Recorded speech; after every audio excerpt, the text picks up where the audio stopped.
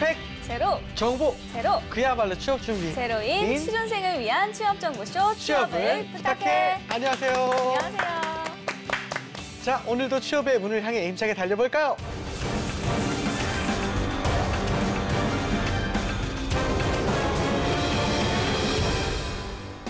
본격 취준생 토론 배틀쇼! 취준생들이 알고 싶어하는 진짜 이야기를 들려드립니다. 취업에 관한 고정관념과 편견을 완전히 깨드리겠습니다. 취준진담! 안녕하세요. 안녕하세요. 네, 오늘 취준진담 함께해 주실 강민혁 대표님 나오셨습니다. 어서 오세요. 네, 반갑습니다. 안녕하십니까. 안녕하세요. 네, 그리고 고려대학교 토론동아리 고란노란의 박희재 학생과 또 전북대학교 토론동아리 AD+의 노성원 학생 나눴습니다. 반갑습니다. 어서 오세요. 안녕하세요. 네, 오늘은 하반기 공채 특집 세 번째 시간인데요. 오늘 알아볼 기업은 어딘가요? 어딜까요? 네. 일단은 국내 최고의 IT 기업이죠. 네이버입니다. 오, 네이버. 일단 뭐 네이버는 대학생들이 가장 일하고 싶은 기업 1위를 차지했다고 하는데 네. 왜 그런 걸까요? 네, 네이버는 네. 성장 개발 가능성과 네. 비전 항목에서 특히 높은 점수를 받았다고 해요. 인터넷에 친숙한 20대와 접촉 빈도가 높은 기업인 만큼 네. 네이버 선호 영상은 당분간 지속될 것으로 보입니다. 그렇군요. 이 대학생들에게 많은 사랑을 받고 있는 네이버. 네이버가 원하는 인재상은 뭘까요? 이름에서 연상될 수도 있는데요. 네네. 명확하게 딱 규정된 게 없어요. 이웃.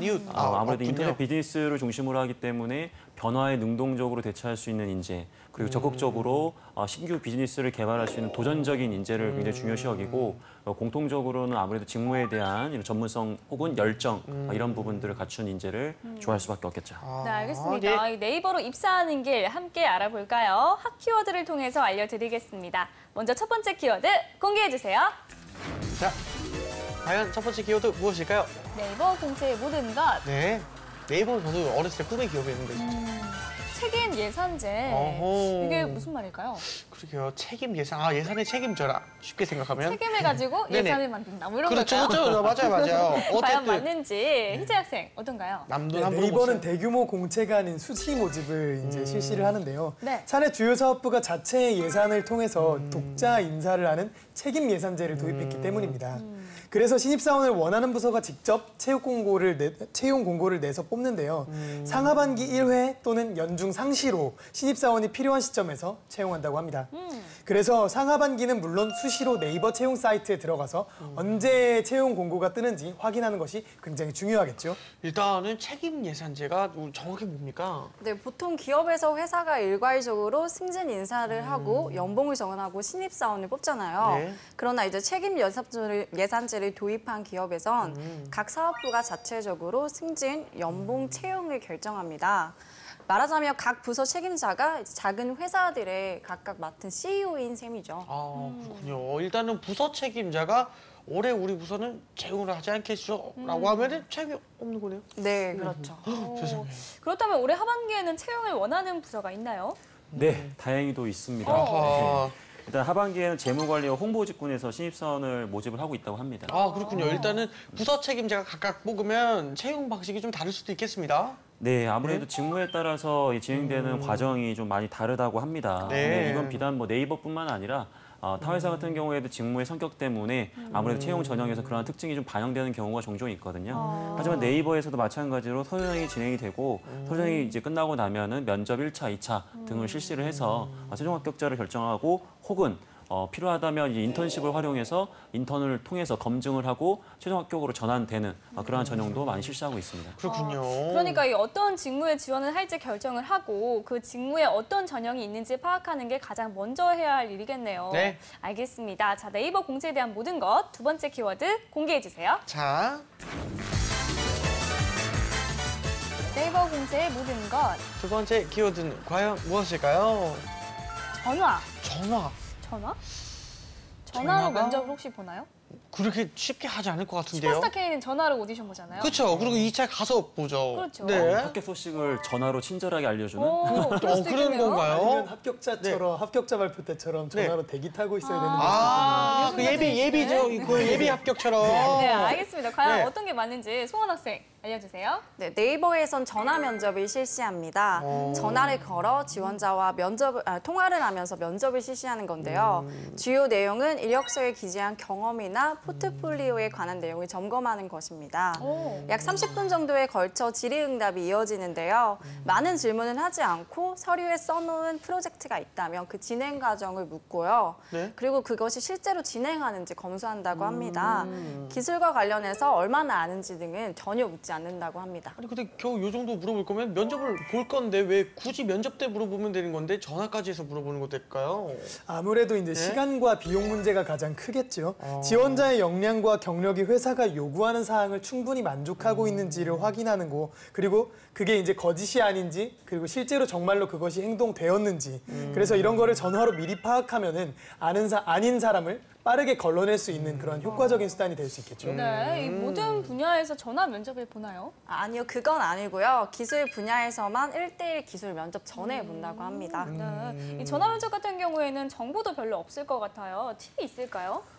일단은 안정된 장소에 가서 편안한 마음으로 이 전화를 받는 게 가장 중요하겠죠. 네. 지하철에 탔는데 갑자기 전화가 와가지고 전화 받다 보면 주변 사람 눈치도 보이고 굉장히 마음이 불안하기 때문에 의도하지 않게 본인이 원했던 그런 모습을 보여주지 못하기 때문에 이제 그런 부분을 주의를 좀 해줘야 될 것 같습니다. 네. 그리고 아무래도 우리 학생들 전화를 하다 보면 굉장히 좀 뭐랄까 좀 격의 없이 약간 어떻게 좀 나쁘게 얘기하면 약간 버릇없이 또 이렇게 편하게 또 대답할 때가 있는데 그런 부분들을 굉장히 좀 중요시 여겨야 될 것 같고요.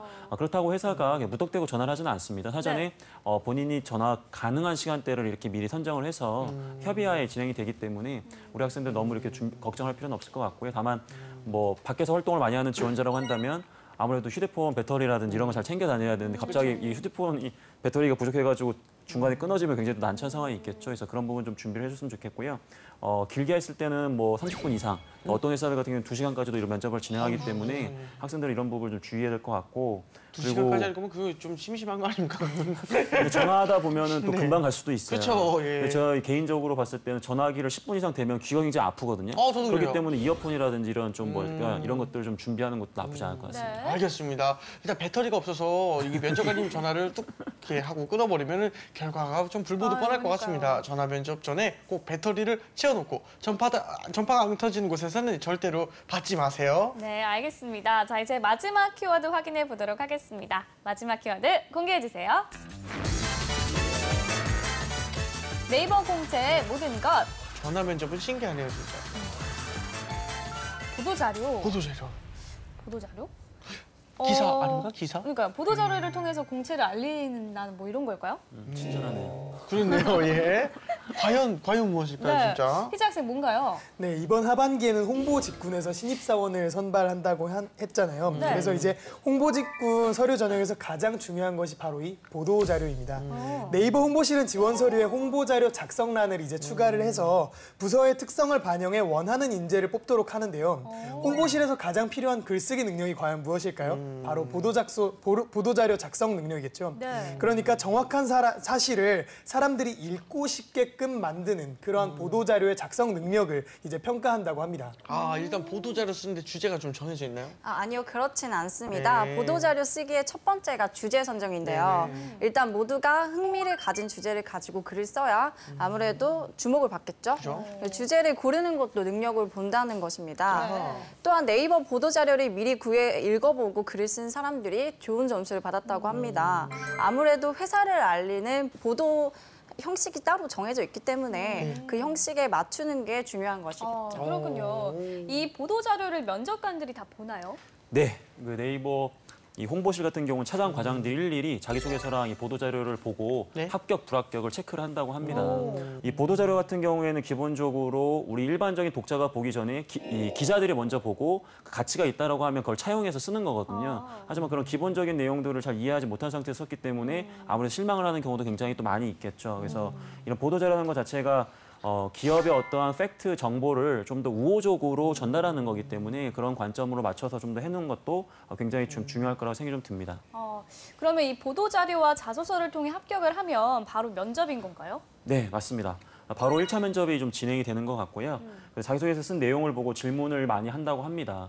하지만 자기소개서에 쓴 내용 외에도 추가적으로 우리 지원자의 이력서라든지 이 직무 관련된 질문들이 많이 나올 수 있기 때문에 우리 지원자들은 이제 그런 부분들을 좀 준비를 해줘야 될 것 같고 늘 강조하는 거지만 1차 면접은 대부분 여러분들 지원하는 부서의 실무 담당자 혹은 부서장님급이기 때문에 같이 일하다 보면은 결과적으로 이 친구가 역량도 뛰어나지만 함께 일할 수 있는 그런 지원자다라는 걸 보여주기 위해서 뭔가를 좀 배우려고 하고 좀 적극성을 좀 보여주면서 그러한 부분을 신경을 많이 써줬으면 좋겠습니다. 그렇군요. 일단 2차 면접도 있죠. 네, 맞습니다. 당연히 이제 1차가 있었으니까 2차가 있겠죠. 예. 그렇죠. 2차 면접은 이제 인성을 좀 주로 봅니다. 예. 1차는 실무자 면접이기 때문에 역량 관점으로 면접을 본다면 2차는 1차 면접에서 역량의 허들을 넘은 지원자들만 오기 때문에 역량보다는 조직 적합도라고 할 수 있는 인성 측면에서 면접을 많이 봅니다. 그리고 연령대도 좀 높아요. 그리고 좀 높으신 분들이 많이 오겠죠. 예, 그렇기 때문에 우리 지원자들은 1차 면접보다 질문의 폭이 더 넓어지고 그리고 나보다 나이 차이가 더 많이 나는 분들이 나를 면접을 보기 때문에 좀 더 조직 관점에서 면접을 임하는 게 굉장히 중요한 부분이라고 할 수 있겠습니다. 홍보 직군의 서류에서 면접까지 3번째 키워드에서 담아봤습니다. 지금까지 네이버 공채에 대한 모든 것을 알아봤는데요. 이제 네이버 공채에 대해 그동안 인사 담당자들이 취준생들에게 알려지지 않았던 진실을 낱낱이 파헤쳐 보겠습니다.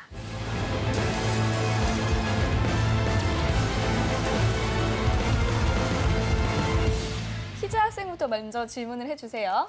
네, 방금 전에 이제 네이버가 되게 좀 자유분방한 기업이라는 점을 중점적으로 말씀을 해주셨는데요. 그렇다면은 면접 때 양복의 넥타이 똑같은 거 아닌가요?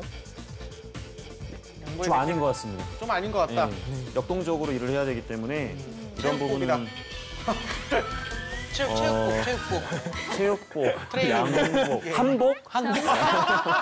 왜냐면 창의적으로 일을 해야 되니까. 그렇죠, 그렇죠. 예, 계량한복 뭐 이런 거. 괜찮은데요? 근데 기본적으로 이 네이버라는 회사 자체가 비즈니스 모델 자체가 그 안에서도 너무나 다양해요. 근데 예를 들어가지고 뭐 이제 국가 정부를 대상으로 하는 그런 비즈니스를 하는 곳이라고 한다면 기본적으로 넥타이에 양복도 그렇죠. 해줘야 되겠죠. 그래서 직무마다 굉장히 상이하기 때문에 큰 틀로 봤을 때는 필요는 없어 보이지만 네. 때에 따라서는 이런 복장도 필요할 수 있습니다. 그러면 창의성을 요하는 직군에 정말로 한복 이런 것도 괜찮은 거예요? 저희가 지금 너무 많이 나간 것 같은데 예. 한복을 제가 폄하하는 게 결코 아니고 아니지만 그래도 좀 그렇지만 주변 사람들이 불편해한다면 아무리 창의성을 돋는다고 하더라도 조직 활동에 그게 큰 도움이 될 것 같지는 않습니다. 네, 조직 활동은 좀 그래도 평범해야 하지 않습니까? 네, 알겠습니다. 자, 송원 학생 두 번째 질문 해주세요. 네. 학점이나 어학 점수가 정말 중요하지 않나요?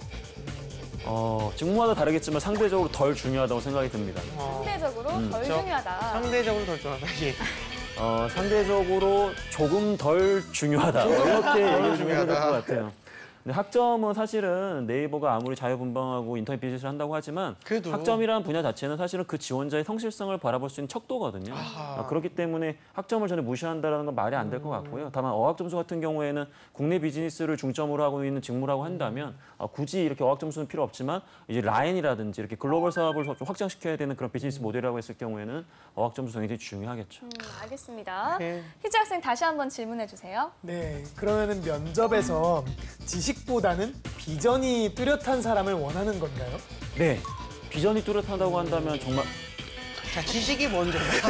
학점이 먼저고 지식이 먼저고. 중요한 걸로 얘기를 해야 되는데 한복도 꼭 필요하고요. 네. 근데 비전을 뚜렷하게 가지고 있는 지원자라면 지식이 부족할 수가 없어요. 오. 갖고 있는 지식이 충만하기 때문에 그걸 바탕으로 비전을 만들어낸 거기 때문에 아마 그런 측면으로 봤을 때 지식도 중요하지 않을까라고 말씀드리고 싶습니다. 네, 알겠습니다. 네. 소원 학생 마지막 질문 해주세요. 네이버에 입사하려면 코딩 정도는 할 줄 알아야 하나요? 아닙니다. 코딩 못해도 돼요. 이제 초등학생들도 코딩을 배운다. 그렇죠. 네. 이제부터는 코딩을 배워야 됩니다. 왜 그러냐면 저는 과거의 사람이잖아요. 네, 그러니까 현재만을 지났죠. 바라본 건데 우리 방송을 바라보고 있는 저학년 학생들 같은 경우 미래에는 예, 예. 코딩도 중요할 수는 있어요. 그렇죠. 그럼에도 불구하고 뭐 경영 지원이나 이런 친구들은 너무 이런 부분을 메인으로 할 필요는 없고 하지만 네네. 이 회사 자체가 코딩이 메인일 수는 있기 때문에 네네. 그런 부분을 이해한다면 아마 자기 직무에서도 시너지가 난다라고 마무리를 일단 하겠습니다. 네네네. 예. 네, 알겠습니다. 죄송하지만 매우 궁색합니다. 어제 얼굴색 하나 안 변하고 그러게요. 뒤집으시는지. 그렇게 말씀을 잘하시니까 뭐 진짜. 알겠습니다. 자, 지금까지 네이버 공채의 모든 것 알아봤습니다. 이제 본격적으로 토론 배틀 시작해 보겠습니다. 오로지 취준생의 취준생에 의한 취준생을 위한 취준진담 오늘의 주제 공개합니다.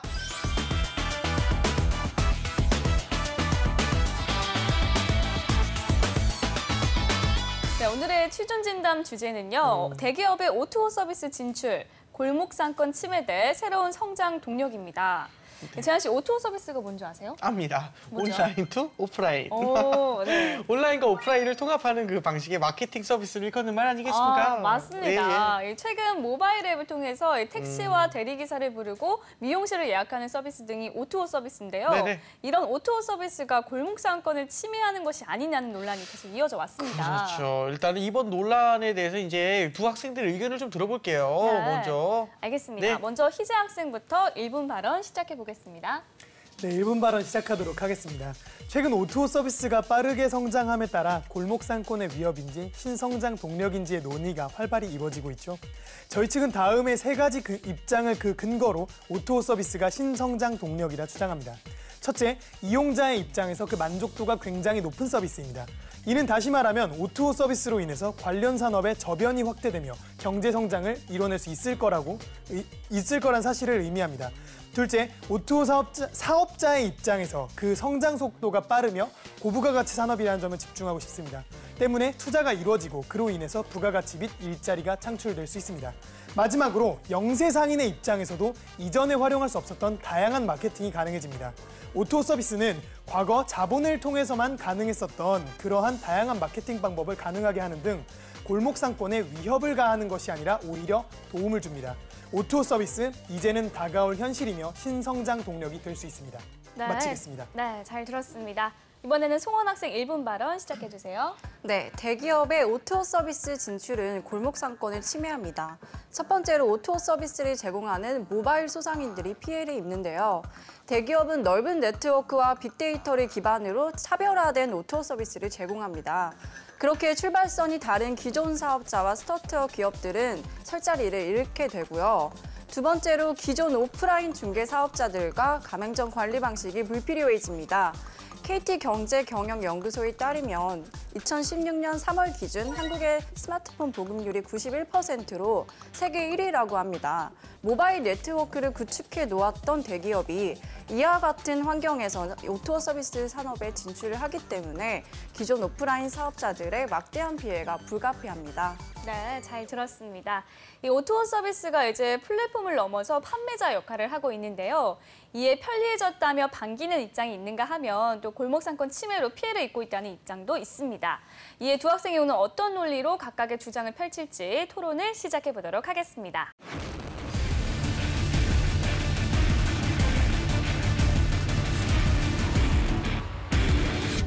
먼저 송원 학생부터 발언 시작해 주세요. 네, 카카오택시는 콜택시 시장을 70%가량 점유했다고 하는데요. 이처럼 대기업은 네트워크 효과를 누릴 수 있어서 기존 오프라인 중개 사업을 하던 소상인들은 피해를 입을 수밖에 없습니다. 이 부분에 대해서 침해라고 생각하지 않으시나요?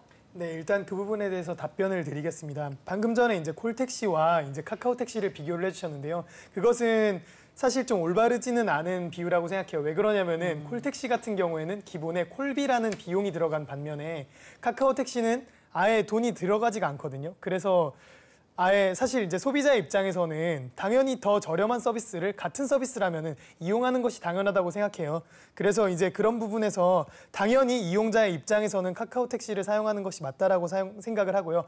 그렇다면 우리가 생각해봐야 될 것은 과연 그 기존에 있었던 콜비를 투자하는 그러한 방식이 아니라 기존에 있었던 방법과 비교를 해서 이제 영세 상인의 입장, 즉 택시 입장에서는 과연 어떤가를 한번 생각을 해봐야 된다고 생각해요. 근데 주간 택시의 경우에는 승객을 찾기 어려워서 대기를 하던 시간에 카카오택시 등을 이용해서 오히려 더 많은 사업 기회를 누릴 수 있었고 이로 통해서 정작 기사분들의 만족도가 굉장히 높았거든요. 이거는 다시 말하면은 O2O 서비스가 결론적으로는 기존의 영세 상인들을 오히려 보호해주고 그리고 보다 나은 형태로 나아가게 만들어주는 그러한 방법이라고 생각을 해요. 그래서 이런 부분에 대해서도 좀 답변을 부탁드릴게요. 네, 이용자 입장에서 퀄리티 높은 서비스를 제공받을 수 있지만 다양성의 측면에서 본다면 선택권이 줄어드는 것이라고 여길 수도 있고요. 무엇보다도 좋은 서비스를 이용할 수 있다고 해서 골목 상권이 침해받는다는 사실이 크게 달라지지 않습니다. 플랫폼 독과점 형상이 일어날 것이라고 볼 수가 있는데요. 대기업이 플랫폼을 제공하기에 O2O 서비스를 이용하는 서비스 사업자들은 해당 기업의 종속이 될 가능성이 큽니다. 노출 빈도 고객과의 접근성으로 인해 O2O 서비스를 이용하는 사업자와 그렇지 않은 사업자 간의 매출 차이가 생기게 되는데요. 지금 O2O 서비스의 수익 모델은 수수료와 광고료밖에 없어서 이 플랫폼을 이용하는 영세 사업자들은 대기업이 요구하는 상품과 수수료에 따라 좌지우지 될 수밖에 없다고 생각합니다. 네, 일단 이제 방금 전에 이제 말씀해 주시기로 과거와 비교를 해서 오히려 더 큰 부담을 감수할 거라고 이제 말씀을 해주셨어요. 하지만 실제로 영세 상인의 경우에는 과거에는 이제 자본이 없었는데 자본이 없이는 마케팅을 하기가 어려웠는데 이제 O2O 서비스를 통해서 마케팅이 가능해지는 등 오히려 반기고 있는 입장이거든요. 때문에 이제 요기요나 배달통 등등 다양한 방법의 플랫폼을 이용해서 오히려 다각도로 이제 광고를 할 수가 있게 되었어요. 그뿐만이 아니죠.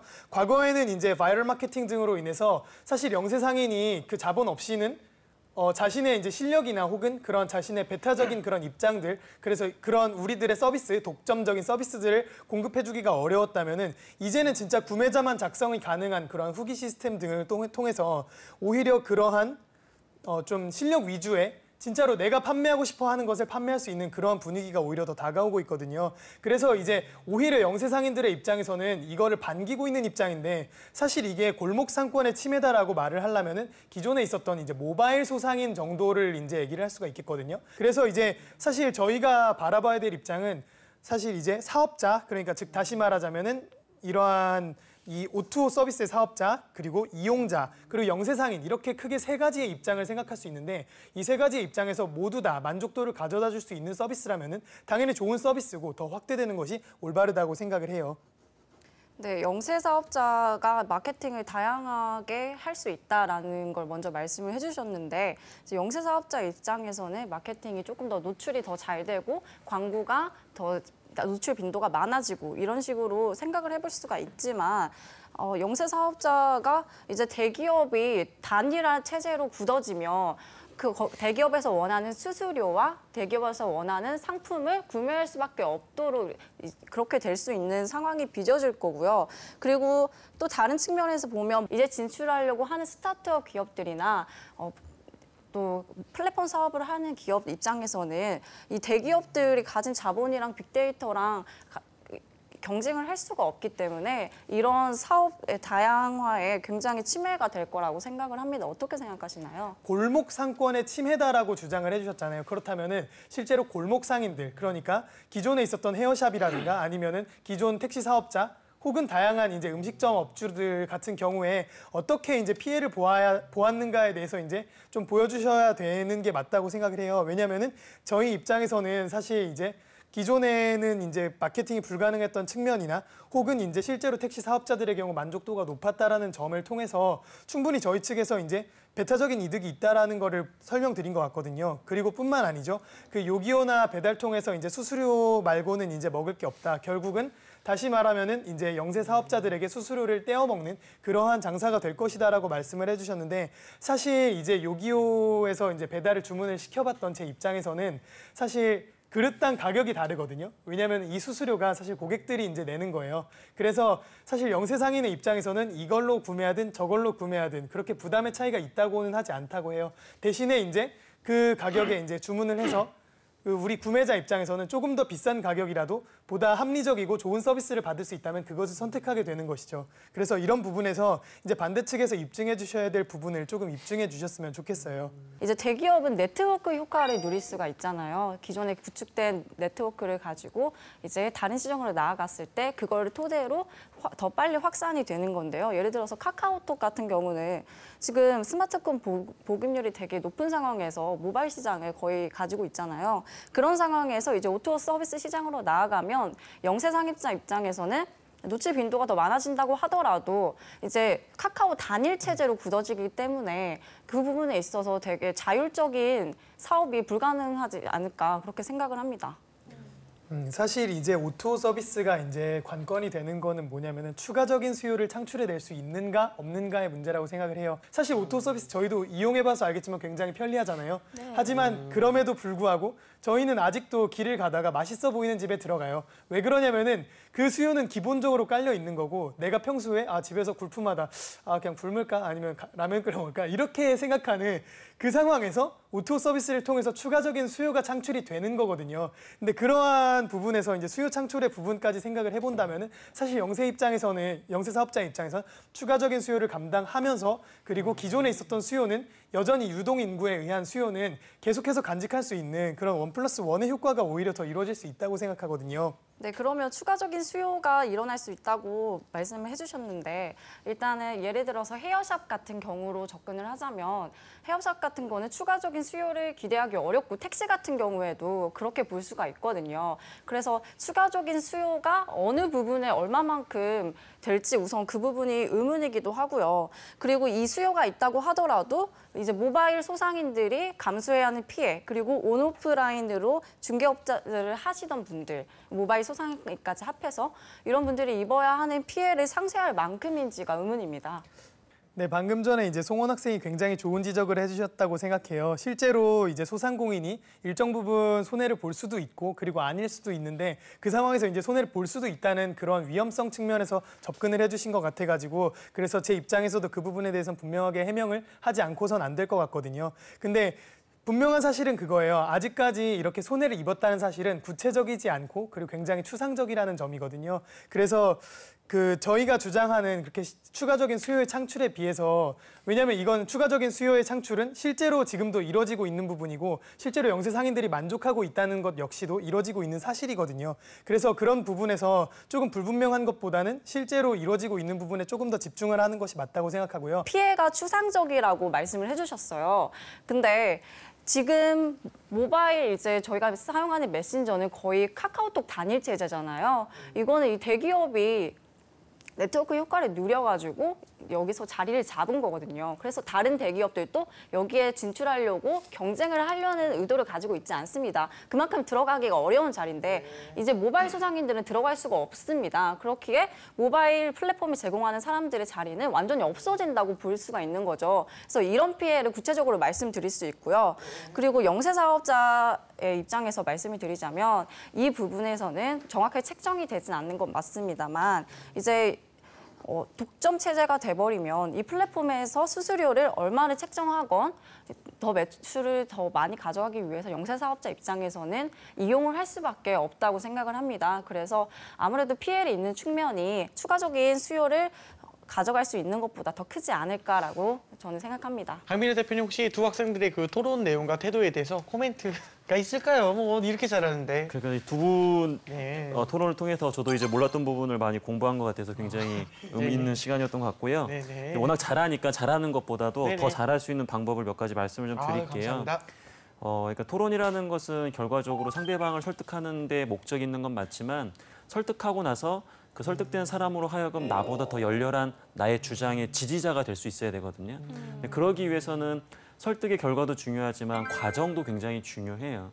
두 학생이 굉장히 적극적으로 설득을 했기 때문에 적극성적인 측면에서 굉장히 높은 점수를 받겠지만 반박을 해보겠다, 그다음 침해한다, 올바르지 않은 표현이다. 이렇게 부정적인 단어를 쓰기 시작하면 상대방은 이성적으로 봤을 때 그 표현이 맞다고 하더라도 감성적으로 그 의견을 들을 수밖에 없거든요. 그렇죠. 그런 부분에 있어서 좀 더 완곡한 표현을 하면 좀 더 좋을 것 같고 그리고 말을 많이 하다 보면 결과적으로 실수를 할 수 있는 확률은 더 높아져요. 근데 지금 1대1로 지금 하다 보니까 어쩔 수 없이 많은 이야기라는 건 맞지만 한 번에 답변을 할 때는 한 가지 주장만을 펼쳐야 되는 것이지 한 가지 주장을 펼치고 나서 또 새로운 주장을 펼치게 되면 상대방은 그 두 가지 주장을 받기가 굉장히 어렵고 그러다 보면 토론의 핵심을 잃어버릴 수 있으니까 그런 부분만 좀 주의하면서 한다면 뭐 지금 잘했지만 앞으로도 잘하시지 않으실까 그렇게 생각이 좀 듭니다. 네, 오늘은 네이버 공채에 대해서 알아봤습니다. 요즘 하반기 공채로 취준생들 정신없이 바쁠 텐데요. 그럴수록 여유를 가지며 나를 공부하는 시간이 중요하다고 합니다. 맞습니다. 제가 지금 얼마나 힘든지 뭐 어떻게 해주면 좋은지 나를 토닥이는 게 꼭 필요한 것 같습니다. 나를 돌아보지 않고 너무 앞만 보고 달리면 금방 지쳐버린다고 합니다. 꼭 네. 나를 돌아보시기 바랍니다. 네, 다음 주도 하반기 공채 알찬 정보 가지고 찾아뵙겠습니다. 지금까지 취준진담 함께했습니다. 오늘 자리해 주셔서 감사합니다. 감사합니다. 감사합니다.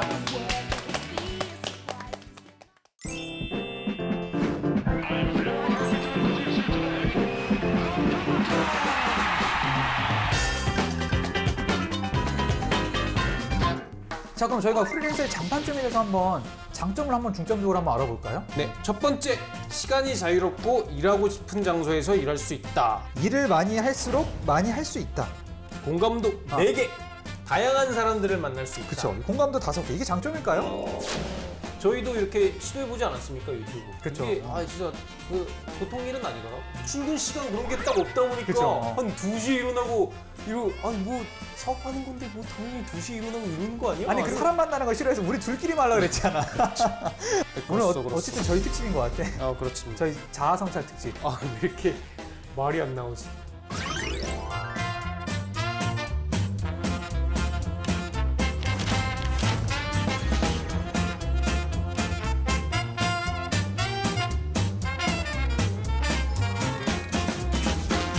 기본적으로 어떤 후리 선언. 일반인들에게는 프리랜서 하면 어떤 선망의 어떤 그런 직종 중에 하나잖아요. 그러니까. 법인이 아닌 사업자 등록을 혼자 하는 일들. 그렇죠. 뭐 트럭 하나 몰고 다니면서 용달차 일을 하는 것, 이런 것들도 포함이 된다고 하네요. 마지막으로 재능을 파는 사람들이라고 하는데 이런 게 재밌네요. 저 요즘에 좀 많이 유행하는 것 같은데. 그렇죠. 이거 뭐 웬만하면 다 재능을 파는 사람들이라고 볼 수 있을 것 같은데 이거 뭐 대표적으로 유튜브나 이런 데서 하는 것들이 다 그 재능을 파는 사람들 아니겠습니까? 그리고 또 최근에는 크몽이나 아니면 그 어떤 모임 주소라는 그런 사이트들이 있잖아요. 거기서 자기가 뭐 살 빼는 걸 가르쳐 주겠다. 아니면 사랑 상담을 하겠다. 이러면서 그 이제 참여자들한테 돈을 받고 이러면서 좀 생계를 유지하는 분들이 계세요. 물론 뭐 자기 본업이 있을 수 있겠지. 하지만 어쨌든 이런 활동은 프리랜서의 어떤 영역에 속한다. 이렇게 말할 수 있는 거지. 이게 또 막 우후죽순 생겨나잖아요. 근데 저희도 이렇게 시도해보지 않았습니까, 유튜브? 그쵸. 이게 진짜 그 보통 일은 아니더라고. 이게 진짜 자기가 생업을 가진 상황에서 막 이렇게 막 쉽게 뛰어들 수 있는 그런 건 아닌 것 같아요. 그러니까 여기서 바로 프리랜서가 갖춰야 할 역량들을 우리가 한번 짚고 넘어갈 필요가 있는 거예요. 자, 첫 번째로 뭐가 있죠? 직장 생활에 대한 도피처로 프리랜서가 되고자 해서 딱 나오네. 그렇죠. 이게 우긴데? 이게 중요한 거야. 사실은 이 프리랜서도 다들 어떤 그 생계를 위해서 하는 거잖아요. 이건 취미가 아닙니다.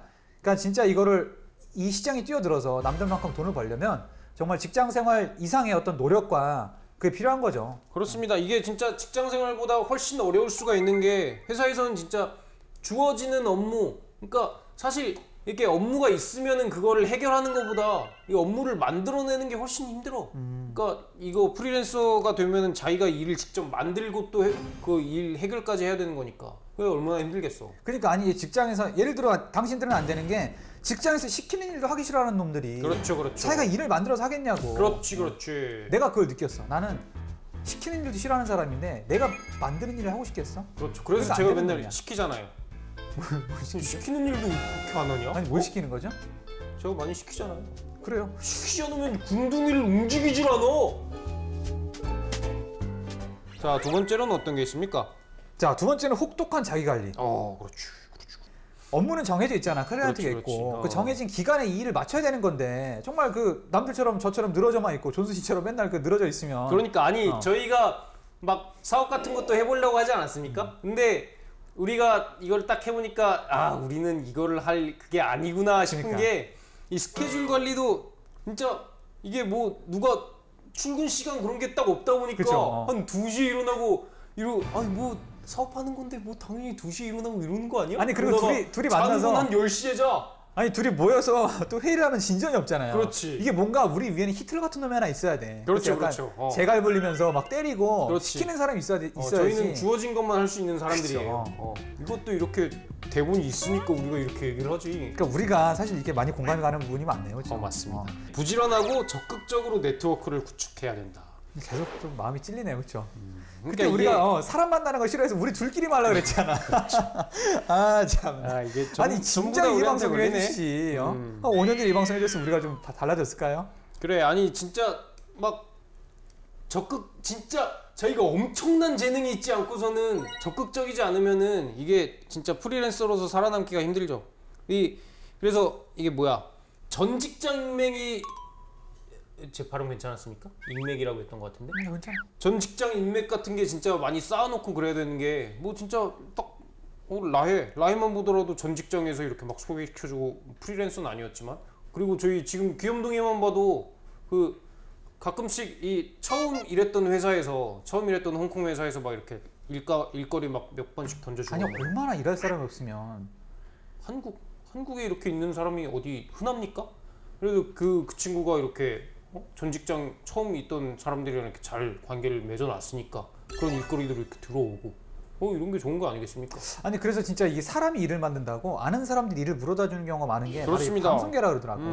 그래서 흔히 어떤 그 연예인들 보면은 정말 연극판에서 쉬고 있다가 갑자기 뭐 친구가 빵꾸 나서 한번 와봐 해서 들어갔는데 뭐 붙거나 이런 경우도 있고. 그러니까 막 되게 연극판 같은 데서 전전하다가 이렇게 좀 큰 배우들 막 이렇게 된 스토리들 보면 다 그렇게 아름아름해가지고 그렇죠. 이렇게 다 큰 경우들이 되게 많죠. 그러니까 이런 거를 절실히 느껴야 되는데 우리가 그때는 차마 모르고 뛰어들었기 때문에 패배를 맛봤겠죠. 그 재환이 형한테 비빌 때도 그렇게 절실하지 못했어. 그러니까. 조금 더 비볐어야 되는데. 아니 이게 읽으면서 계속해서 좀 반성을 하게 되네요. 그렇죠? 이게 아직 우리가 배가 부른가 봐요. 자, 다음 또 뭐가 있죠? 다음은 또 제가 읽습니까? 마지막으로 한 번만 읽죠. 네, 클라이언트를 대하는 것을 두려워하지 않아야 한다. 이거는 이렇게 딱 와닿지 않네요. 왜냐면 저희가 클라이언트조차 만날 일이 없었기 때문에. 아니 그래도 저는 그래도 괜찮았던 게 예전에 그 대학내일 대표한테는 정말 굽신 잘 됐어. 정말 제 연락 피하고 이럴 때도 진짜 한 1년 동안 연락을 계속해서 결국 만나고 그래서 결국에는 입사까지 성공하는 그런 과정이 있었잖아요. 이런 걸 보면 이런 건 잘한 것 같고. 자, 근데 우리가 너무 이게 지금 말했던 이 갖춰야 될 역량들에서 우리가 너무 부족한 것만 얘기했잖아요. 그럼 우리가 프리랜서로서 갖추고 있는 역량이 뭐가 있을까요? 혓바닥? 근데 혓바닥을 우리끼리만 쓰잖아. 아니 이제 이렇게 많은 사람들이랑 공유하고 있는 거죠, 우리 혓바닥을. 저 같은 경우에는 어쨌든 이 컨텐츠, 그래도 컨텐츠를 그렇죠. 끊임없이 생산을 하고 있잖아요. 이런 컨텐츠가 어디 있습니까? 끝낼만 하면은 또 하다가. 그렇죠. 아니 이게 뭔가 망하려면 확 망하든가 뭔가 계속 입질이 들어오니까 감지를 못하겠어. 지금 이게 4년째 이게 뭐 하는 겁니까 이게? 아니 그리고 우리가 정말 이 어떤 한쪽으로만 간 게 아니라 정말 이 음성 쪽으로 가다가 이 어떤 팟캐스트로 가다가 그렇죠. 또 영상 우리가 1인 창작자 하다가 그렇지. 이런 공익 채널도 이 직업 방송에서 만들어주는 거 하다가 책도 하다가 아니 이거 진짜 제대로 하는 건 없이 그냥 다 했어. 진짜 이렇게 보면 우리 조영남 씨랑 우리나 다를 게 없네. 우리도 책도 내고, 음반도 내고, 그리고 뭐 이렇게 방송도 하고. 그러게 음악도 했네. 그렇지. 아니 뭐가 돼도 될 사람들인데. 그러니까 이제 우리 그림만 그리면 되겠네. 진짜 그러게요. 하나도 목표가 생겼네, 그렇죠? 자, 아무튼 근데 이 섣불리 또 환상만 가지고 우리 같이 어떤 우리 능력에 대한 그러니까. 자만만 가지고 프리로 뛰어들었다가 후회하는 사람들이 있을 수 있잖아요. 그렇죠. 주변에 그런 사람들이 있나요? 그러니까 제 친구들 보면은 그 프리랜서 그러니까 친구는 아니지만 아는 사람 중에 프리랜서 한 분들 보면은 이게 좀 든든한 뒷배가 있는 사람들이 이렇게 하더라고요. 그러니까 뒷배? 뒷배경? 그렇죠. 그 남편이나 아내분이 이렇게 안정된 직장을 가지고 있거나 이렇게 안정된 고수익을 올리는 직장을 가지고 있거나 그런 경우에서 이렇게 막 프리랜서로 많이 전향을 하더라고. 왜요? 제가 못할 말 했습니까? 우리는 안 되겠네요. 우리는 안 되겠어. 그러니까 아예 막 자기 생계조차 유지가 안 되는데 프리랜서로 뛰어드는 사람은 그렇게 많이 못 봤어. 제 주위에서는. 설수 씨는 어떻습니까? 설수 씨 주위에 프리랜서 되게 많잖아요. 프리랜서. 제 주변에 프리랜서 하면은 그 한 분 계시죠. 태진이 형.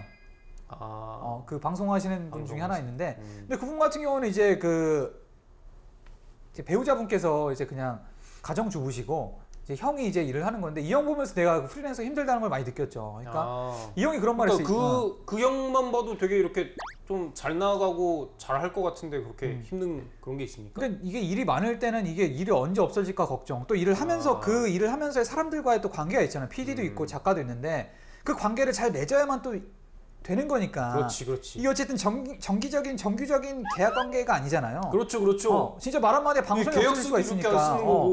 그럴 수가 있으니까. 우리가 지금 얼마나 관계 잘하려고 샤브샤브도 이렇게 대접하고 결혼식에도 초대하고. 근데 그런 여러 가지 노력을 하고 있는데. 결혼식에 되셨습니까? 저는 확인 안 했어요. 저 사실 돈 제가 드리려고 부른 거였어요. 그럼 드리지 그랬어요? 자, 아무튼 김연아법 때문에 이제 못 드리겠네. 자, 아무튼 이런 게 있고, 근데 그 형 같은 경우에 가장 이제 문제가 뭐냐면은 이게 이 젊은 세대 이 경쟁자들이 너무 치열하다는 거야. 그러니까 자기가 못하는 걸 하는 새로운 경쟁자들이 치고 올라오다 보니까 예를 들어 그 에릭남 같은 친구들이 요즘에 아 그렇죠. 굉장히 많이 치고 올라오다 보니까 그런 게 굉장히 신경 쓰이나 봐. 음. 자기가 잘하는 게 있음에도 불구하고 세상이 변하니까. 그러니까 맞아. 프리랜서가 진짜 힘든 것도 그건 것 같아요. 그러니까 막 회사 있으면 일단 뭐 어쨌든 어느 정도 고용 안정이 보장이 되는 측면이 있잖아요. 근데 이 사람이란 게 뭐 어떤 그 분야의 역량을 계속 해가지고 이렇게 탑급으로 아니면 이렇게 높게 유지하기 힘들잖아. 계속 아래에서 치고 올라오고 말했듯이 뭐 에릭남 같은 이렇게 젊은 친구들이 이렇게 계속 창의적인 아이디어로 치고 올라오는데 이거는 막 그렇게 그 사람들보다 계속 이걸 유지를 해야 되는 거지. 안 되면은 그냥 일 바로 빡 잘리는 거. 그러니까. 그런 게 진짜 힘든 것 같아요. 프리랜서 같은 경우. 그러니까 이 형 보면서 느꼈던 게 이 형 근데 이렇게 뭐가 없어졌다가도 예전에 같이 방송했던 뭐 진행자들이 이거 지금 남자 쪽이 비었는데 한번 해보겠네 그렇지, 해서 되는 경우도 있고 그래서 이 형 보면서 나 진짜 이런 인간관계가 중요하구나 생각을 했죠. 맞아. 특히 뭐 진짜 뭐 직장인도 그렇지만 진짜 프리랜서 같은 경우는 진짜 훨씬 인간관계가 중요한 것 같아요. 저희 너무 프리랜서에 대해서 나쁜 말만 하고 있는 거 아닌가요? 아니요, 그래서 저는 계속 페이지를 넘어가고 있어요. 자, 그럼 저희가 프리랜서의 장단점에 대해서 한번 장점을 한번 중점적으로 한번 알아볼까요? 이게 그냥 알아본 게 아니라 저희 작가님께서 추린 이 20명의 다양한 프리랜서 직군들의 의견을 모아서 만들어낸 장점, 단점 리스트입니다. 자, 장점 첫 번째 알아보도록 할까요? 20명? 네. 진짜 모았겠죠? 그럼요. 일 안 하시나? 20명을 만나고 다니고? 아니 그냥 문자로 물어봐도 되는 거 아니야? 그래 너무 이 아이덴티티 막 그런 영화 보면 막 20명의 인격이 있고 그러잖아. 자기가 그렇지. 자기가 사진도 찍고 촬영 감독도 하면 자기가 그렇지. 하나네. 한 명이 프리랜서인데 인격이 20개면 다 프리랜서인 거지. 그럼 아무튼 저희는 믿음을 가지고 한번 읽어보죠. 네, 첫 번째 시간이 자유롭고 일하고 싶은 장소에서 일할 수 있다. 공감도 5개. 그렇습니다. 뭐 이거는 아까 초반에도 저희가 말씀을 드렸죠. 그렇죠. 아니 저희 방 작가님 그 핸드폰 알람 화면 한번 공개하죠. 알람 몇 시에 그러니까 맞춰? 몇 시인지 한번 그 공개 한번 해볼까요? 8시. 나랑 비슷한데. 프리랜서 별거 없네. 근데 알람이 있다고 해서 그때 일어나는 건 아니니까요. 자, 두 번째. 일을 많이 할수록 많이 할 수 있다.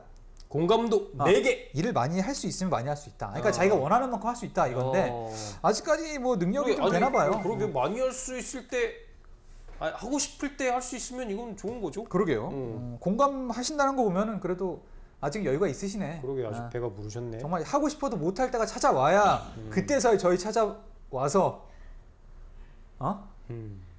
우리한테 술 사주고. 그죠. 자, 세 번째로 뭐가 있죠? 너무 좋은데. 아니 그냥 상상만 해봤어요. 세 번째. 다양한 사람들을 만날 수 있다. 그렇죠. 공감도 5개. 이게 장점일까요? 그러게요. 이게 진짜 장점일까?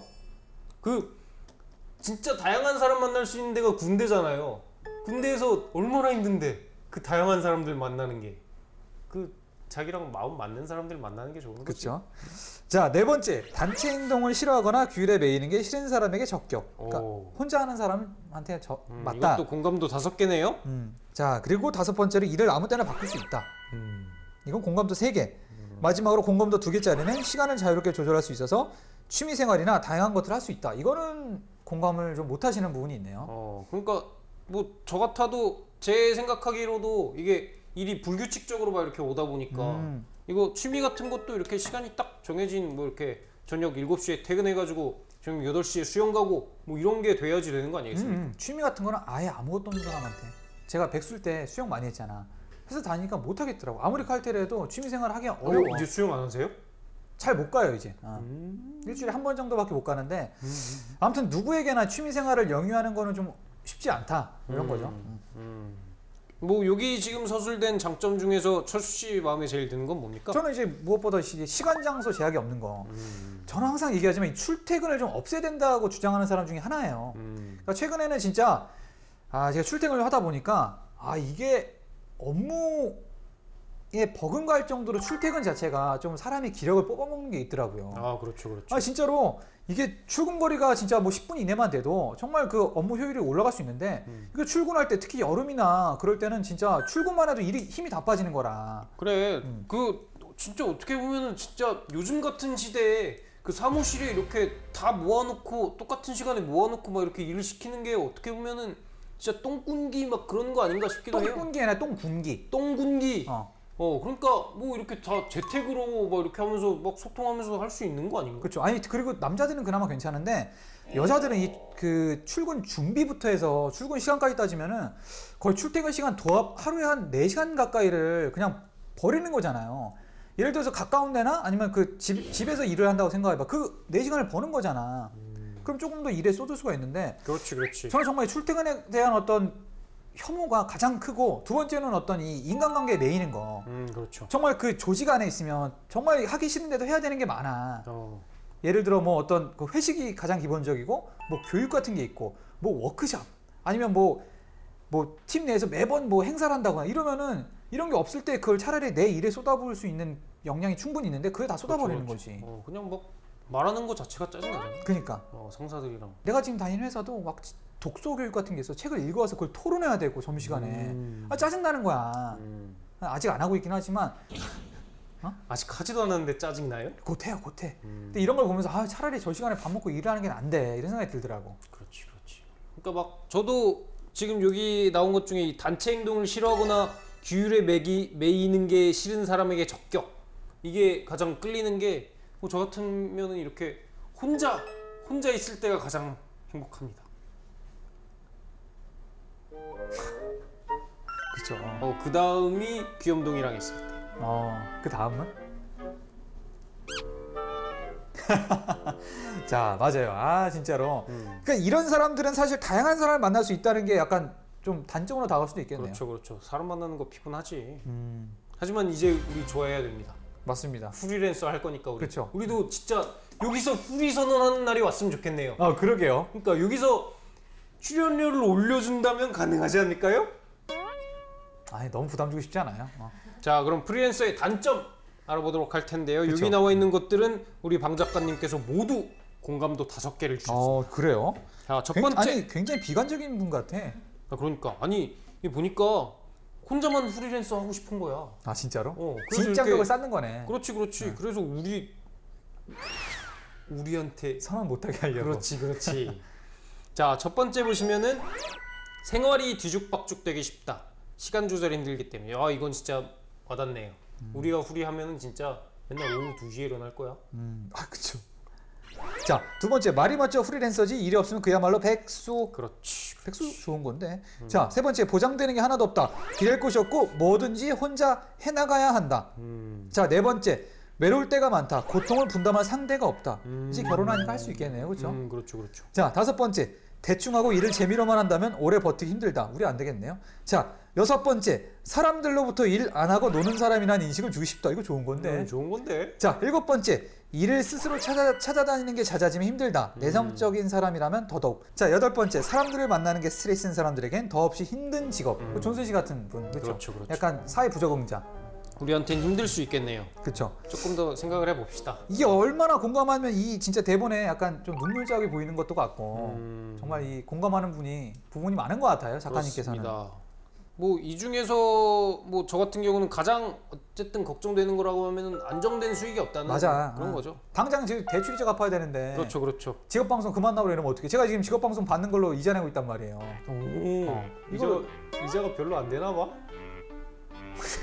이거 이상 나와요? 미쳤네. 그래서 진짜 저희 같은 경우는 이제 가장이다 보니까 가정이 있다 보니까 진짜 후리 선언하기가 얼마나 힘들겠습니까? 그렇죠. 이게 진짜 이 혹들이 달려 있어. 아니 근데 머리가 왜 이렇게 한심하죠? 돈을 못 버니까 8,000원 주고 자른 거 아닙니까? 그래가지고 여기서 보면은 어쨌든 힘들어 보이네요. 근데 여기 이 중에서 저는 극복 가능하다 보이는 게 바로 이게 좀 관점을 좀 달리하면 여기 네 번째, 외로울 때가 많다. 이렇게 나와 있는데 외로운 게 얼마나 좋습니까? 그러니까 예전에 제가 전에 제 건물주 친구 얘기했잖아요. 그 친구가 혼자서 이제 건물 월세 받아먹는 게 혼자 있으니까 너무 외롭다고. 그래서 회사를 들어가야 되겠다 해서 회사를 들어갔는데 회사 생활하는 것보단 차라리 외로운 게 낫다고 한 달 만에 그만뒀거든요. 그 친구. 그러니까 이거는 단점이라기보다는 좀 장점으로 생각하면 장점일 수 있죠. 그렇죠. 진짜 힘들어 봐야지 외로운 게 얼마나 좋은 거다라는 걸 알지. 그렇죠. 외로우면은 아플 게 없는 건데. 그럼요. 아무튼 뭐 이렇게 장단점이 공존하는 어떤 그 프리랜서의 세계를 좀 들여다봤고, 자, 그럼 이런 프리랜서들이 가장 활발하게 활동하는 게 바로 저 대기업보다는 그래도 그렇죠. 스타트업이겠죠. 네, 아무래도 스타트업 같은 경우는 뭐 스타트업 같은 경우만 해도 본인들이 이렇게 정규직 채용하기는 여건이 이렇게 안 좋은 기업들이 많고, 그리고 뭐 프리랜서도 뭐 그런 식으로 이렇게 어쨌든 일거리를 주면은 좋은 거니까 이렇게 윈윈하는 서로 그런 관계인 것 같아요. 아, 이런 그 스타트업에서 일할 때 장점이라고 하면은 프리랜서 입장에서 그렇죠. 일단 대기업이나 이런 개인보다는 좀 프로젝트 흥미로울 수 있다. 왜냐면 투자도 많이 하고 새로운 사업을 많이 하다 보니까 그런 프리랜서 입장에서는 좋은 레퍼런스가 될 수 있다. 이게 첫 번째고, 두 번째는 뭐가 있죠? 직접적인 소통이 있습니다. 아 진짜 지금 갑자기 생각이 났는데 제가 그 건설사 처음 건설사 홍보팀에 있을 때 막 행사 있으면은 사진사를 이렇게 외부 사람을 부르더라고요. 프리랜서를. 그 사람들 보면 진짜 와 그냥 막 부장님 오셨습니까? 저 그때 한 두 달 들어간 그 사원이었는데 사원님 와 어쩜 이렇게 옷빨이 잘 받으세요? 막 그러면서 막 그런 말을 계속 하는 거야. 그런 거 보면서 진짜 그 사람 갑자기 생각나니까 당연한 거 아니야. 그 웨딩 촬영할 때도 힘들어 보여. 웨딩 촬영할 때도 이 사진 작가들이 프리랜서잖아. 그 제 이모들 아니 제 부인 찍어주는데 사진 작가가 막 어머 신부님 너무 이쁘세요. 좋아요 막 이러는데 와 진짜 힘들겠다 이런 생각 들더라고.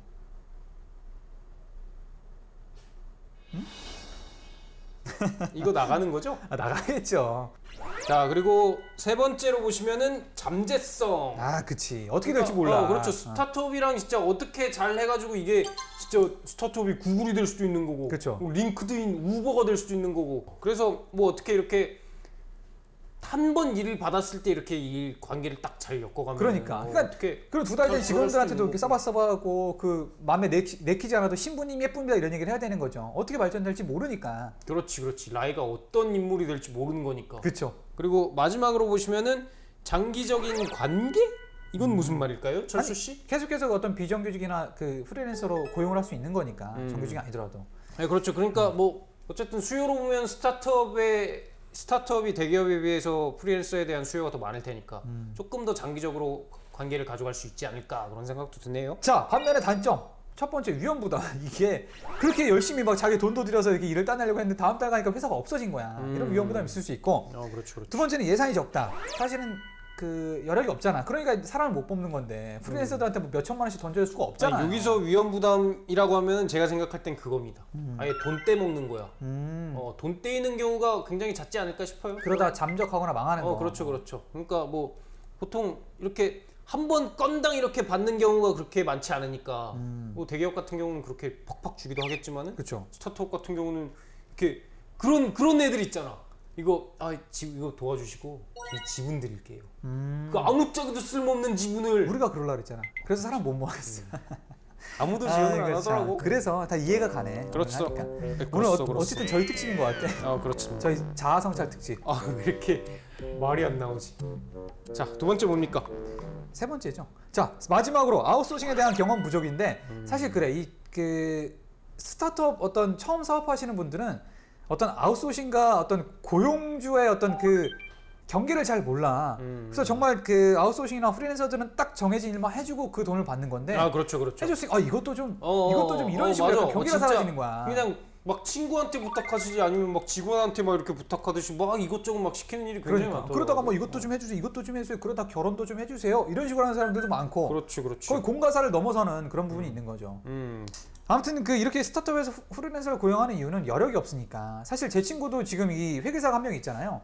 그 친구도 뭐 스타트업 게임 회사인데 지금 돈을 뭐 100억 이상을 번 회사가 있어요. 거기 이제 어쨌든 프리랜서로 고용돼서 지금 도와주고 있는데 이제 거기서도 이제 일을 좀 잘하다 보니까 이제 뭐 그 재무 팀장직을 좀 이렇게 좀 제안을 한다고 그러더라고요. 근데 이 친구가 좀 고사하고 있는데 또 그런 것처럼 여기서 관계를 잘 쌓으면 발전될 어떤 여지도 있고 뭐 그런 부분이 있는 것 같더라고요. 맞아요. 뭐 그냥 진짜 예전 같은 경우도 이런 일이 굉장히 비일비재했던 게, 그러니까 그때는 스타트업이 아니라 진짜 중소기업 그런 데였죠. 그런 데서 이렇게 전산 관련해 가지고 이렇게 도와달라고 이렇게 한 사람 불렀다가 그 사람이 이렇게 좀 잘하고 싹싹한다 싶으면은 우리 전산 팀장으로 와주세요 그래가지고 지금 막 임원 달고 있고 그런 사람들도 되게 많대요. 끝났는데. 그러게요. 아, 참.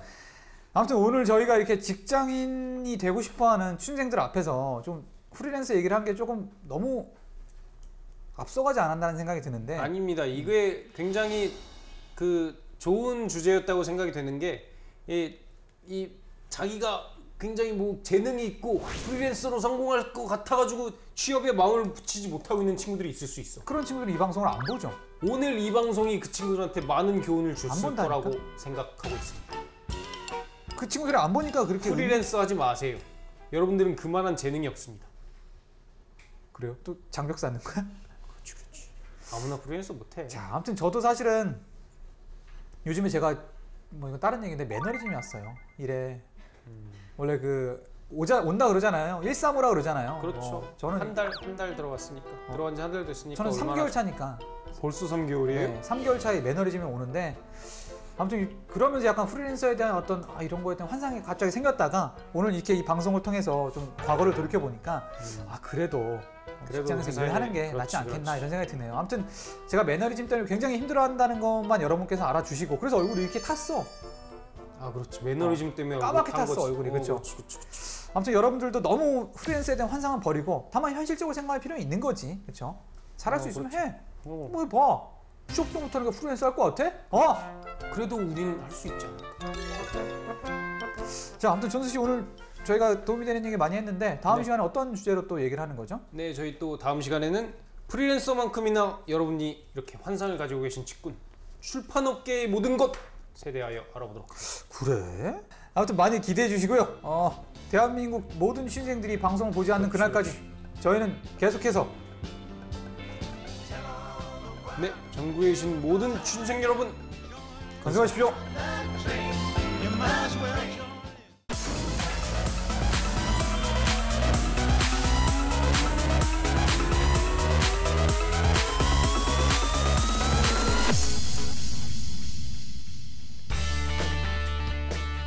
오늘도 노트북 화면만 바라보는 당신. 스펙 없고 경험 없다고 포기부터하는 당신. 여기 당신의 인생을 바꿔줄 기적의 자기소개서 비결이 있습니다. Do it yourself DIY 자기소개서.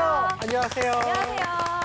네, 오늘은 새로운 멘토님을 모셨습니다. 취업 컨설턴트 최현수 멘토님이십니다. 안녕하세요. 네, 안녕하세요. 네, 취업 컨설턴트 최현수입니다. 만나서 반갑습니다.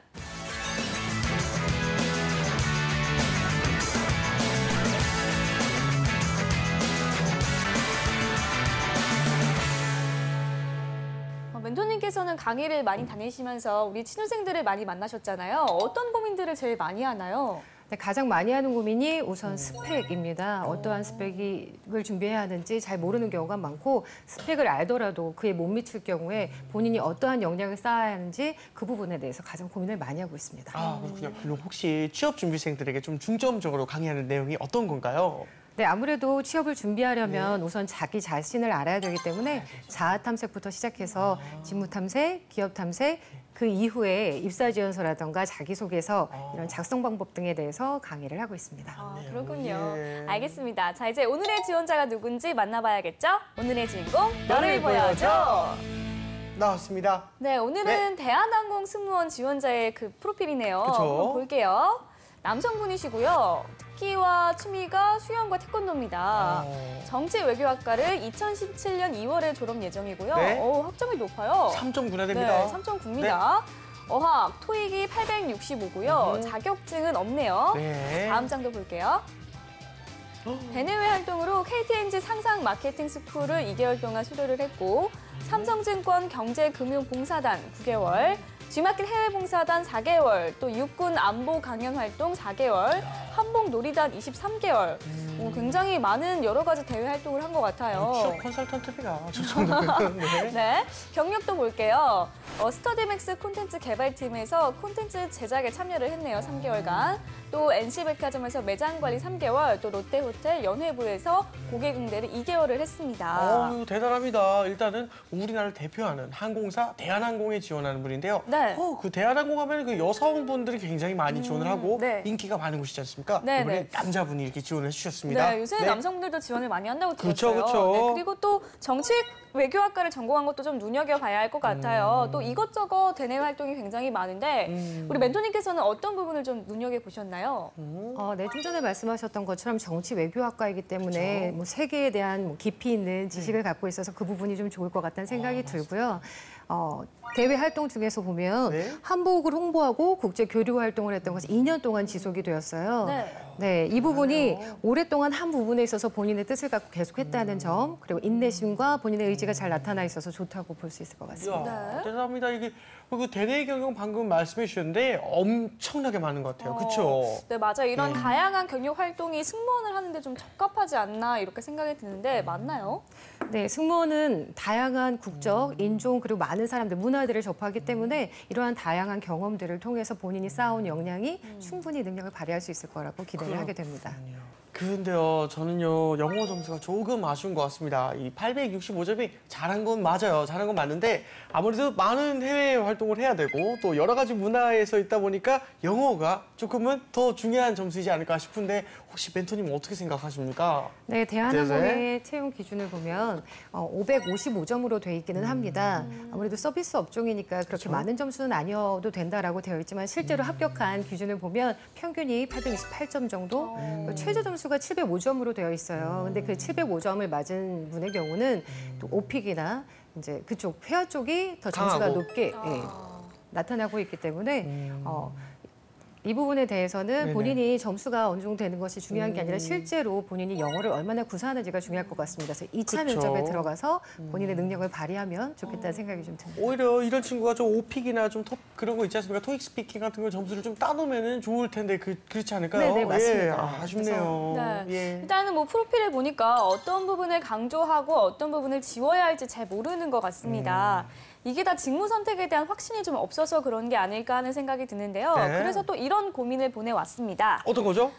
산업군이 다양해서 제 역량을 발휘할 수 있는 분야를 선정하기가 어렵습니다. 어떻게 하면 좋을까요? 라고 물어봤네요. 이 말은 사실은 이제 아직 선정을 못했다 이런 말로 좀 해석을 하면 좋을 것 같은데요. 이 멘토님이 보시기에는 이 분이 이제 어떤 직무를 좀 선택하는 게 좋을까 싶으세요?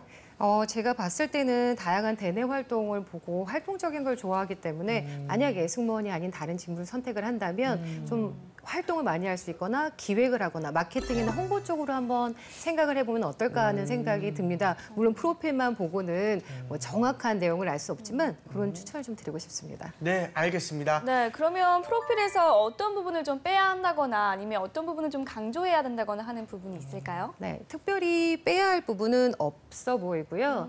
만약에 이력서를 쓸 때에는 본인이 업무와 가장 연관이 되어 있는 걸 우선 위쪽에 작성을 하는 것을 좀 추천드리고요. 나중에 좀 시간이 지난다면 지금은 신입사원이기 때문에 많은 것들을 넣는 게 좋으니까 짧은 기간도 넣었는데 나중에 너무 짧은 기간의 경력들은 빼는 것이 오히려 좋을 것 같습니다. 네. 알겠습니다. 네, 그러면 대한항공 승무원에 지원하는 이제 오늘의 지원자가 쓴 자기소개서는 어떤 내용인가 한번 살펴보겠습니다.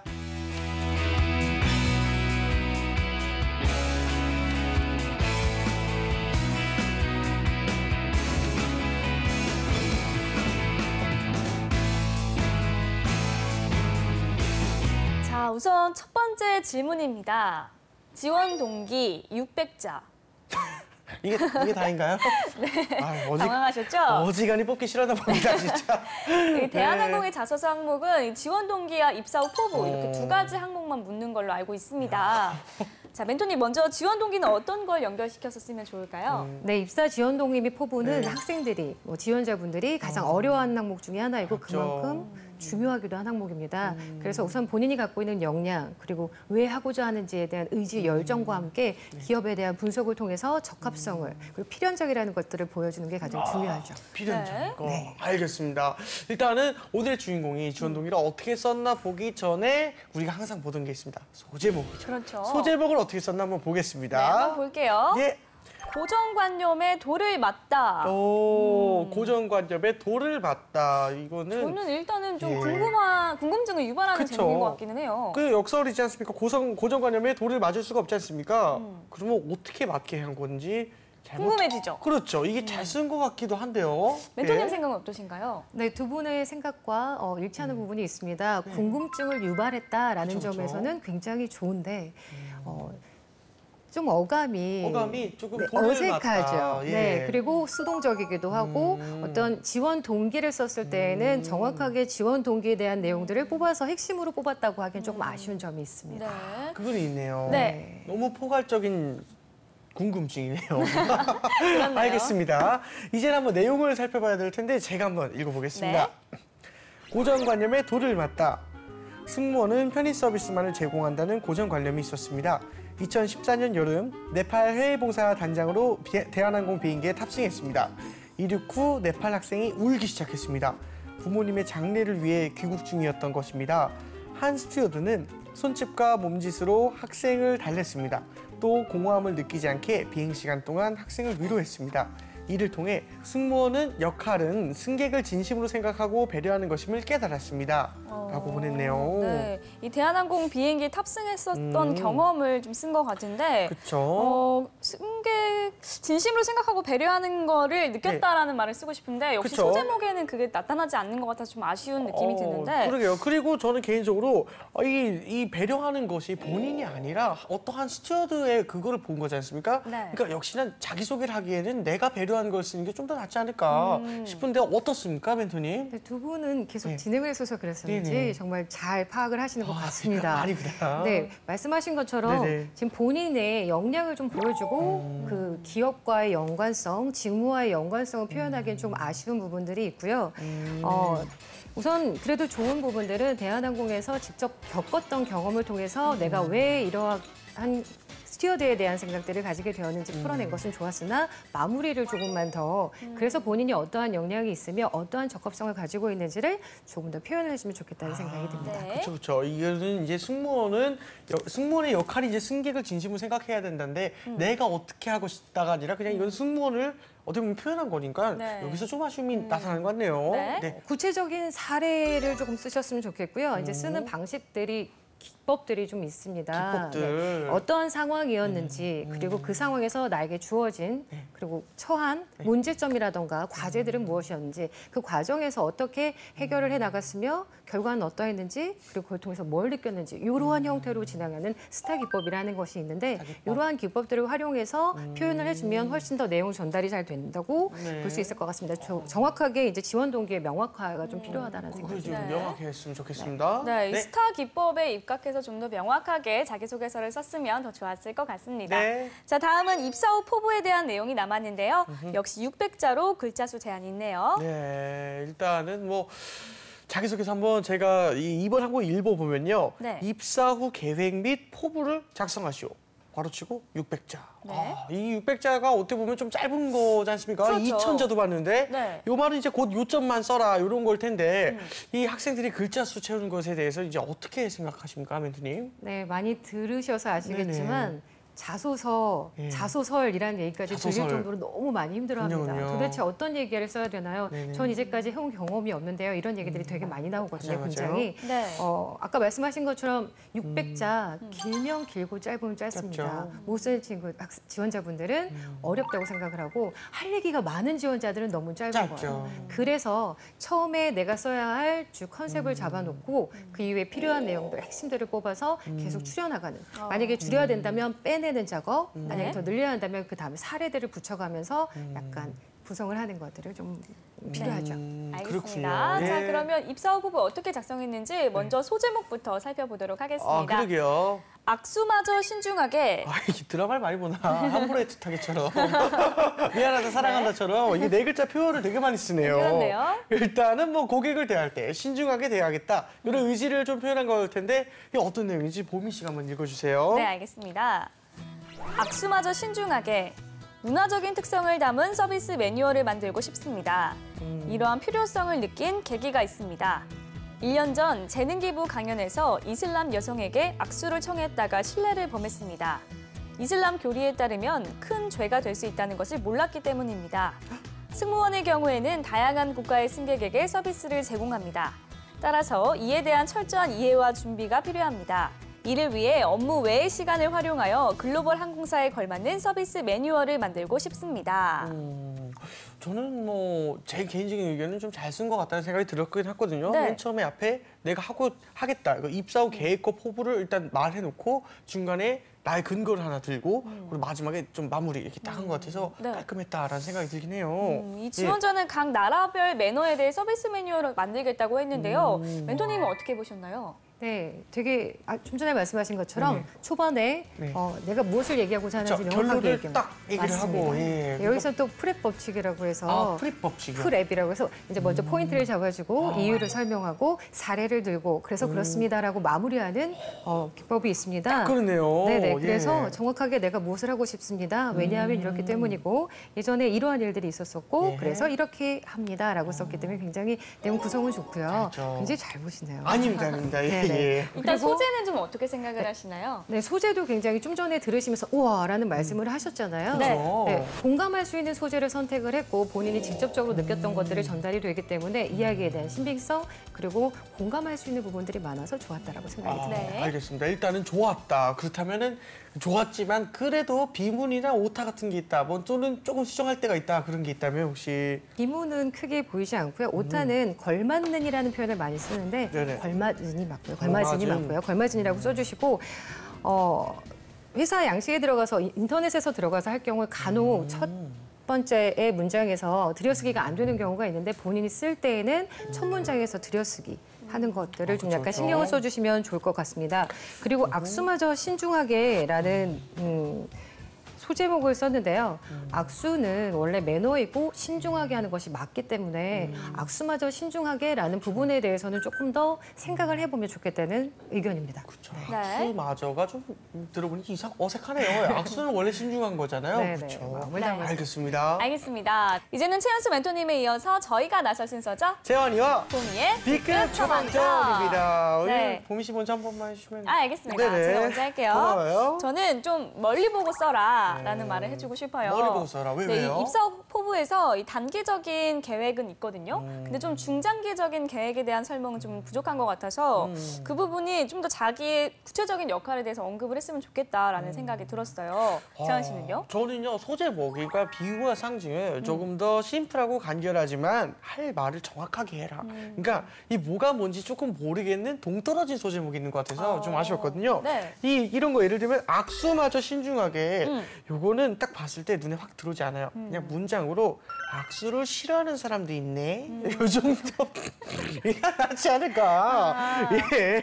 그렇게 되면은 확실히 악수마저 신중하게보다는 조금 더 조금 더 유한 느낌, 융통성 있어진 느낌이 될 것 같아서 좋지 않을까 싶습니다. 네. 멘토님, 저희 아이디어 어떤가요? 네, 두 분 역시 다르시네요. 아이디어 좋습니다. 제가 생각했던 부분들을 좀 약간 얘기해 주셨고요. 네.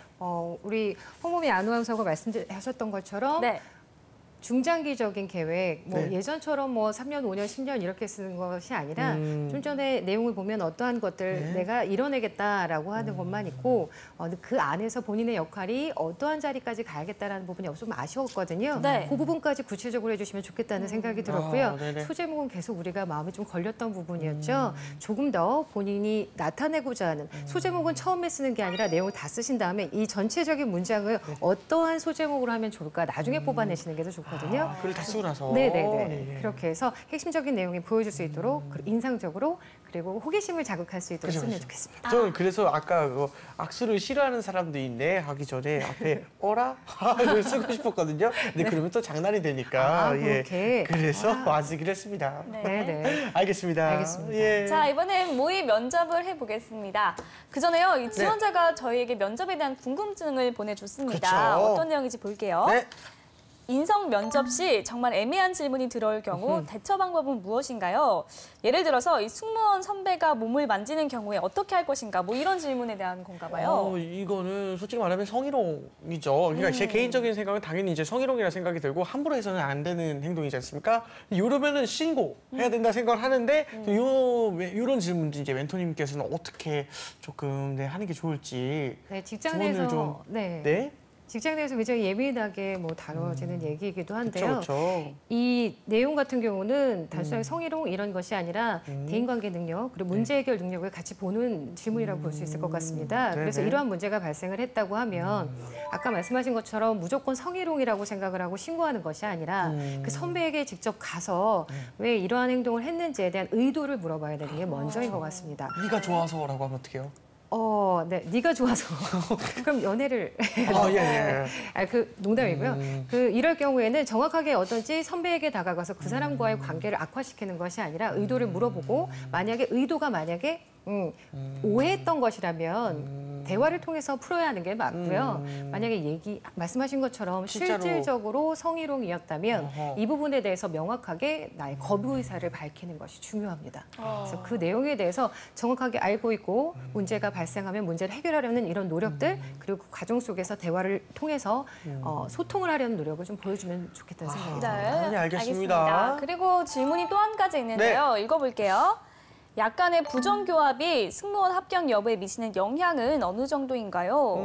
일단은 부정교합에 대해서 조금 걱정을 하시는 것 같긴 한데 외모가 조금 중요하다고 듣긴 들었거든요. 근데 어떻습니까, 멘토님 이게?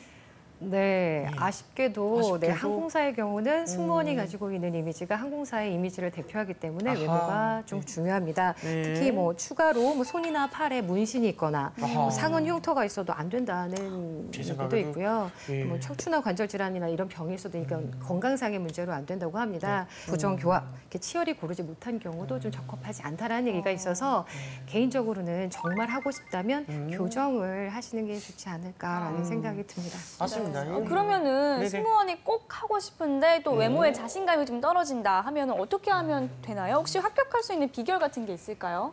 네, 합격할 수 있는 비결. 이결. 네, 비결이라기보다 우선 네. 교정을 할 수 있다면 그러니까 이미지에 부합한 이미지를 가장 만드는 게 좋고요. 네. 전체적으로 항공사별로 선호하는 이미지가 있습니다. 그 이미지는 보통 깔끔하고 단정한 이미지를 선호하는 거는 좀 통일적인데요. 네.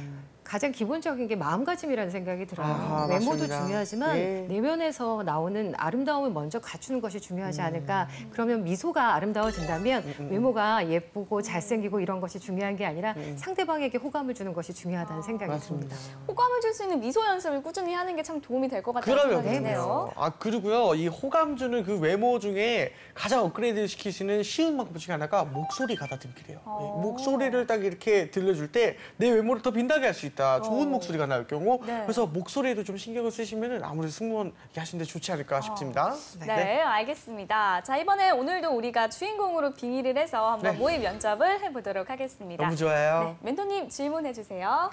지원자가 네. 본인이 한국인이라는 사실이 가장 자랑스러웠던 순간은 언제가 있었나요? 저 말씀이십니까? 저는 개인적으로 생각할 때 일본의 이미그레이션 들어갈 때가 가장 한국에서 자랑스럽다 생각이 드는데 제 개인적인 경우에는 주변 사람들 이야기를 많이 들었었습니다. 연예인분들은 들어갈 때 실제로 한국에서 그 독도 관련 이야기를 했을 때 이미그레이션 검사장에서 물어봅니다. 혹시 여기 들어와서 또 독도 관련 그런 이야기를 할 것이냐고. 근데 100이면 100다. 아니 그런 순간에 오면은 당연한 걸 왜 그렇게 묻느냐라고 하고 이미그레이션장에서 이제 한 2~3시간을 기다렸다가 들어가신대요.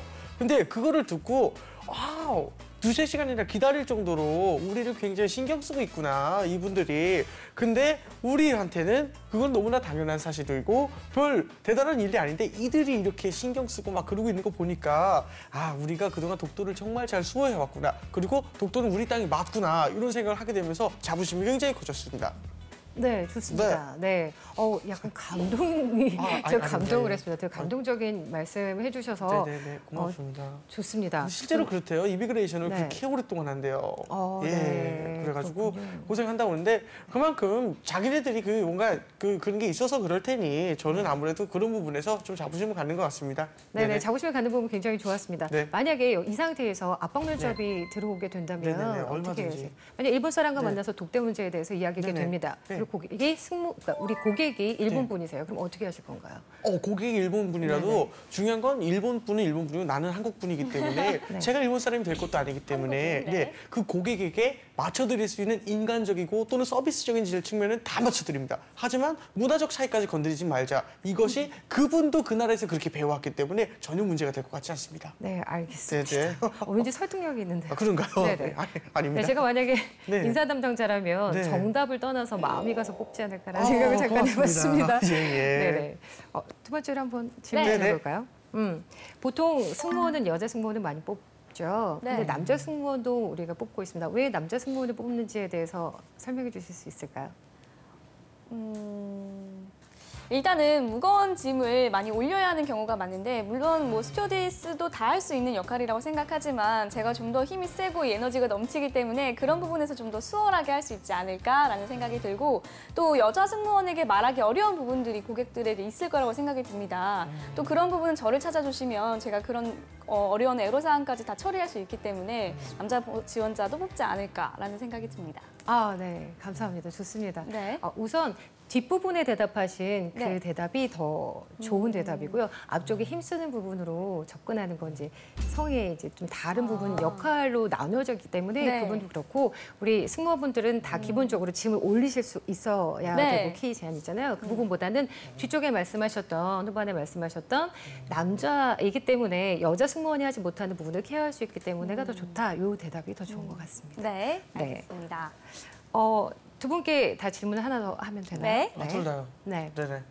옆에 있는 지원자에 비해서 네. 본인을 뽑아야 하는 이유를 네. 그래요? 말씀해 주시기 바랍니다. 우리 둘 다 성격상 되게 어려워하는 질문이거든요. 그냥 제가 가겠습니다. 네네, 하는 대로 알겠습니다. 그냥 이런 상황이라 이거 어렵네요. 네. 예. 근데 실제 지원자에서 네. 그렇게 양보할 수 없잖아요. 그렇죠. 또 지원장에서는 그럴 수 없기 때문에. 네. 자, 그러면 옆에 있는 지원자에 비해서 네. 자, 그러면은 아까 말씀하신 걸 이용해서 얘가 힘이 세고 저는 남자이기 때문에 무거운 짐을 더 높이 올릴 수 있고요. 아무래도 이 남자로서 할 수 있는 부분이 좀 많지 않나 싶습니다. 라고 했을 때 이 나를 밟고 일어서 이제 얼른. 자, 이거는 성적인 불평등이라고 해줘 얼른. 저 같은 경우는 저도 남자입니다. 어. 가정이 저도 남자예요. 오, 네, 선생님. 그렇죠. 예쁘신 남자분이시네요. 네, 그래서 아무튼 저도 힘쓰는 거에서는 뒤지지 않는다고 생각을 하고 그렇군요. 제가 일단 나와 있는 거는 토익밖에 기재를 안 왔지만 저는 중국어도 가능하고 일어도 가능하고 좀 더 네네. 외국어 능력에서 네. 아무래도 다양한 국적의 고객들을 응대할 때 좀 더 적합하지 않나라는 생각이 들고 제 대내외 활동을 보시면 알겠지만 제가 굉장하게 다양한 대내외 활동을 하면서 길러진 내공이 있습니다. 그래서 어떤 분야의 비즈니스 고객들이 와도 그와에 맞는 니즈를 좀 충족해줄 수 있는 그런 센스를 겸비하지 않았나 생각이 듭니다. 저는 여자입니다. 저는 남자이면서 여자이기 때문에 양성에게 모두 다 맞는 서비스와 문화 실현을 할 수 있을 것 같습니다. 저를 뽑으세요. 네, 알겠습니다. 두 분 진짜 면접 보러 오신 거예요. 예. 불 네. 붙었어요. 재밌네요. 네. 좀 전에 드렸던 질문은 말씀드리고자 했던 게 두 분이 그 위험한 부분은 잘 피해 가셨어요. 옆에 있는 지원자에 비해라고 해서 질문이 딱 오면 그 순간 아까 마지막에 말씀하셨던 이제 밟고 올라가야지 네, 그게 라는 안 돼요. 생각을 하게 돼요. 그러면 안 돼요, 진짜. 안 됩니다. 예.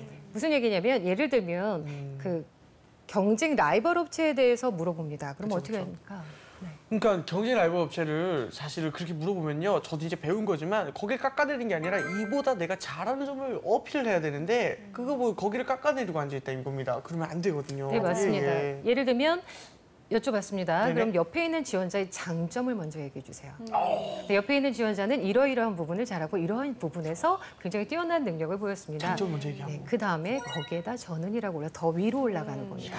그래서 남을 낮추는 것, 라이벌 회사를 낮추는 것은 절대로 금물이고요. 모두 올려놓고 그 위로 올라가는 연습을 하십사. 네, 기가 막힌 추천드립니다. 대화의 기술이네요. 이거는. 네네. 이거는 평소에도 써먹기 좋겠습니다. 네. 예를 들면 남자들은 그런 게 있어요. 좀 이 같이 있을 때 내 친구 자랑을 이렇게 많이 해요. 왜냐면 나의 그레이드를 올리기 위해서. 그러니까 내 친구, 얘 대단한 애야. 막 저 이러면서. 친구는 아무래도 끼리끼리 다닌다 이런 게 있으니까. 이게 이 나의 그레이드를 더 올려주는 것 중에 하나거든요. 실제로 지원자를 먼저 이렇게 올려놓고 내가 그걸 밟고 일어서면 내가 더 높이 올라가는 걸 테니까. 아무튼 이제 일단 장점부터 먼저 얘기하는 게 중요한 것 같다 싶습니다. 네, 알겠습니다. 자, 마지막으로 승무원을 희망하는 취업 준비생들을 위해서 조언 한마디 해주신다면요?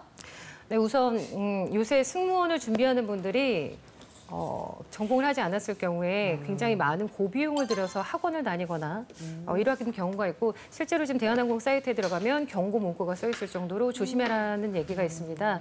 우선 뭐 해야 되겠다라는 의지에 여기저기 쫓아다니면서 열심히 하시는 건 좋지만 정확한 정보를 통해서 본인의 역량을 강화하고 그 전에 아까 말씀드렸던 것처럼 마음부터 네, 내가 다른 사람을 위해서 배려하고 그 사람을 위해서 노력하는 승무원이라는 자세, 그 친절함 이런 것들, 마인드부터 다시 잡는 것들을 하시기를 추천해 드립니다. 알겠습니다. 정확한 정보에 기반해서 승무원 준비를 하시고요. 또 이 승무원 마인드를 먼저 갖추는 게 좋을 것 같습니다. 네. 자, 오늘은 대한항공 승무원 지원자의 자기소개서를 살펴봤습니다.